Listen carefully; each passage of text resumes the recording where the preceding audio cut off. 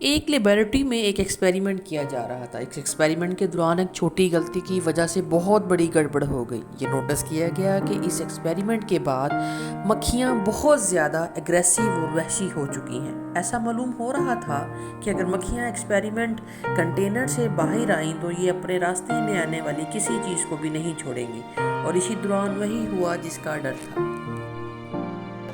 Welcome to my world.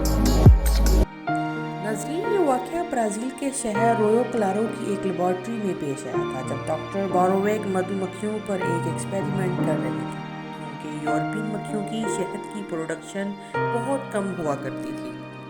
اسی وجہ سے ڈاکٹر نے ان مکھیوں کے ڈی این اے کو چینج کرنا چاہا تاکہ یہ مکھیاں بھی زیادہ سے زیادہ شہد پیدا کر سکیں۔ ڈی این اے میں تبدیلی کے ساتھ ساؤتھ افریقہ سے مدھو مکھیاں منگوائی گئیں جن کو یورپین مکھیوں کے ساتھ میل کروایا گیا۔ یہ ایکسپیریمنٹ ایک لیبارٹری میں کیا جا رہا تھا جہاں ایک کنٹینر میں مکھیوں نے چھتے بنائے ہوئے تھے۔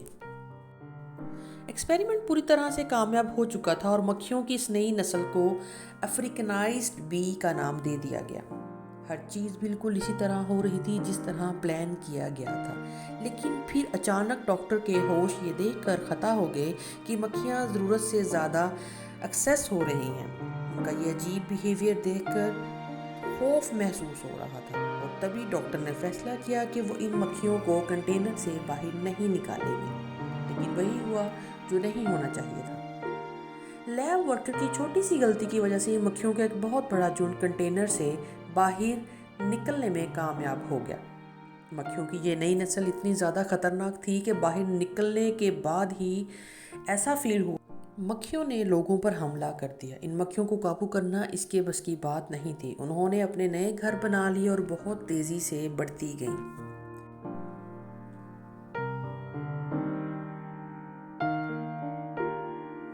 برازیل سے پھیلتی ہوئی یہ مکھیاں امریکہ تک پھیل چکی ہیں۔ اب تک 1000 سے بھی زیادہ انسانوں کو موت کی نیند سلا چکی ہیں، اور اس وجہ سے ہی افریکنائزڈ مکھیاں کلر بی کے نام سے پہچانی جاتی ہیں۔ دیکھنے میں یہ زیادہ کالی ہوتی ہیں اور دوسری مدھو مکھیوں کے مقابلے میں کافی زیادہ خطرناک بھی۔ 500 کلومیٹر سے دور بھی اپنے چھتے کی طرف بڑھنے والے کے اوپر اٹیک کر پڑتی ہیں، اور اگر انہوں نے کسی انسان یا کسی جانور پر حملہ کرنے کی ٹھان لی تو حیرت انگیز طور پر اس آدھے کلومیٹر سے بھی زیادہ تک اس انسان کا پیچھا کرتی رہتی ہیں۔ لیکن دوسری مدھو مکھیوں کی طرح یہ افریکنائز مکھیاں بھی انسان کو کاٹنے کے فوراً بعد ہی مر جاتی ہیں۔ ان مکھیوں کا ڈنگ انسان کے لیے اتنا ڈینجرس ہوتا ہے، آخر ڈنگ مارنے کے بعد ہی مر کیوں جاتی ہیں؟ یہ جاننے کے لیے پہلے یہ ضروری ہے کہ پہلے ہم یہ جان لیں کہ مکھیاں ہم پر حملہ کرتی ہی کیوں ہیں۔ سب سے پہلے تو یہ سمجھ لینا کہ مکھیوں کی چاہے کوئی بھی قسم ہو، وہ انسان پر صرف تب حملہ کرتی ہیں جب ان کو خطرہ محسوس ہوتا ہے۔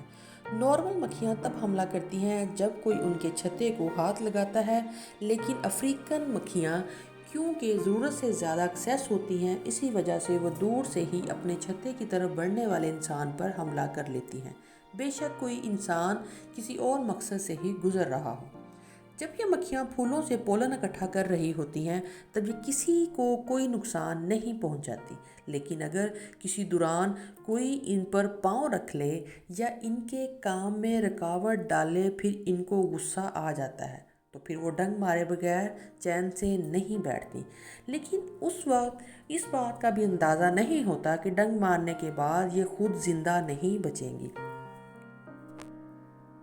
اصل میں ان مکھیوں کا ڈنگ ایک کٹر یا پھر دانتوں والے چاقو کی طرح ہوتا ہے جس کی دانتوں کی ڈائریکشن اوپر کی طرف ہوتی ہے۔ جبکہ یہ اپنا ڈنگ انسان کے جسم میں گھسا بیٹھتی ہے تو ڈنگ کے دانت انسان کی کھال میں پھنس جاتے ہیں۔ تو ڈنگ کے دانت انسان کی کھال میں پھنس جانے کی وجہ سے اب ان کا باہر نکلنا بہت ہی زیادہ مشکل ہو جاتا ہے۔ مکھی جب اپنے ڈنگ کو باہر نکالنے کے لیے زور لگاتی ہے تو وہ ڈنگ انسان کی کھال سے باہر نہیں نکلتا، جس کی وجہ سے مکھی کی سکن بھی اکھڑ جاتی ہے۔ نہ صرف ڈنگ بلکہ مکھی کے مسلز، نروز اور خون کے ڈائجسٹو سسٹم کے ساتھ ساتھ کئی حصے اس کے جسم سے الگ ہو جاتے ہیں، جس کی وجہ سے مکھی کا موقع پر ہی مرنا طے ہو جاتا ہے۔